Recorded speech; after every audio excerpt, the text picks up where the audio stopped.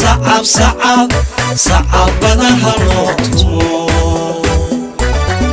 صعب صعب صعب صعب بدنها لوطمو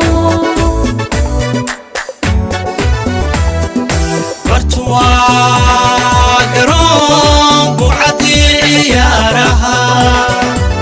بربارتي لصوحي ترتان لوغو باقي بلشي خير يضمر يا أبو سركعة صعب صعب صعب صعب بدنها لوطمو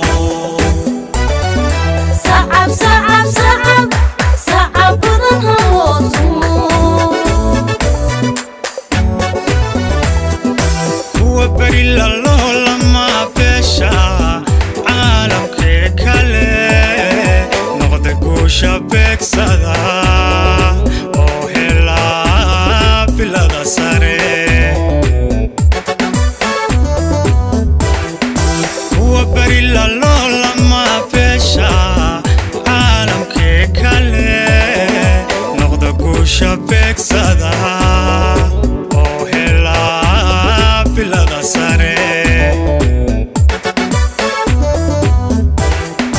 برتوا قرون بوعدي عيارها بربارتي لصوحي ترتان لوغو باقي بلشي خير يضمر يا أبو سركعة صعب صعب بسم الله الرحمن الرحيم الحمد لله رب العالمين إلهي ومحيا مركب رمضان إسكاله runtii waxaan gaarnay maanta guul aad noogu muhiima waxa weeyaan waxaan la ciyaarinay runtii kooxda waxa weeyaan challenge fara badan naga soo dhaxeeyay kooxda waxa weeyaan gaashaan waan hambalyeynaya sida qurux badan noola ciyaartay iyana waxaan leeyahay dadaalaha isdhiibina anagana muhiimadu ma aha in waxa weeyaan kooxdan khaasan doonayna ka badinay waxa weeyaan waxna sugaysa shaqo badan kaana turjumaysa waxa weeyaan inta ku guulaysanay wali shaqo badan baan sugaysa waxaan aad ugu mahad celinaya waxa weeyaan bahda TV ugu horeysa waxa weeyaan Turkiye Cable TV taageerayaasha kooxdan markay dunida ka joogaan aad waan salaamaya waxna maasantii maan leeyahay aad maasantii haatan dawdeel waxa jooga dhinacayga kooxda go'dir laba ciyaartooy Maxamed Jufo iyo Cabdicasiis Gadiyar dareenkooda kulanka galabta bismillaahir rahmaanir rahiim ilaahay waa mahad iska laawalan taageerayaasha waxaan dirayaa fariinta si inoo garab taagan yihiin aad baad mahadsantihiin insha Allah intan iyo ka badan waad naga filaseen wax badan oo cusubna way soo socdaan insha Allah hogaankana waan sii haynaa haduu ilaahay raado way Cabdicasiis bismillaahir rahmaanir rahiim horta markii koowaad ilaahay baa mahad leh malaha waxaan mahadnaqayaa tiimka ciidanka booliska meel kasta ay joogaan janka ugu horeeyo aniga horta ciyaarigu weyn bay ahayd waxa kooxdaydan ka soo wareegay 15 sano ka hor aanan ka hor iman ay maanta yahay inaan ka hor imaado ilaahayna wuxuu qadaray inaan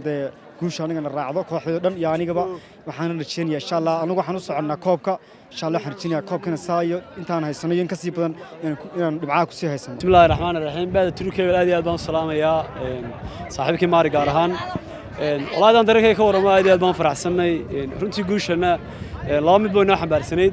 yaanu game derby badinay oo waxa weeyaan teamkii facaweynaa ee waxa weeyaan ficilku naga dhaxeeyay weyn inaan ka badinay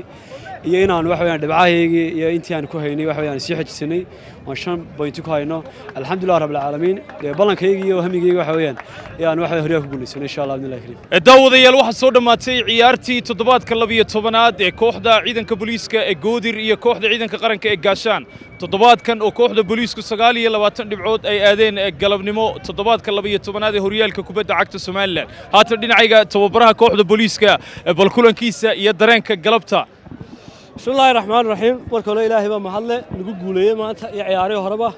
runtii aad baan ugu faraxsanahay inaan ka guuleysano dhigayga kooxda ciidanka qaranka runaantii asxaabta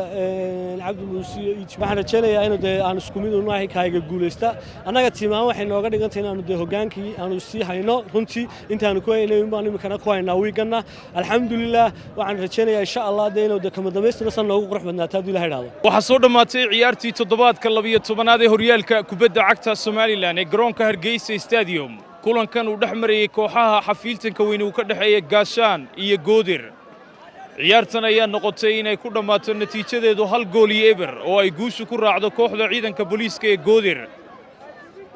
isla markaana ay toddobaadka 12aad horyaalka ay ku hayaan 29 dhibcood iyo kaalinta koowaad ciyaaraha horyaalka kubadda cagta Soomaaliland ee garoonka Hargeysa Stadium ayaa noqonaya kuwa xiiso leh kulankan ayaa waxa xiise gaar u yeelay taageerayaashii abid ugu badnaa garoonka Hargeysa Stadium in ay ka soo qayb galaan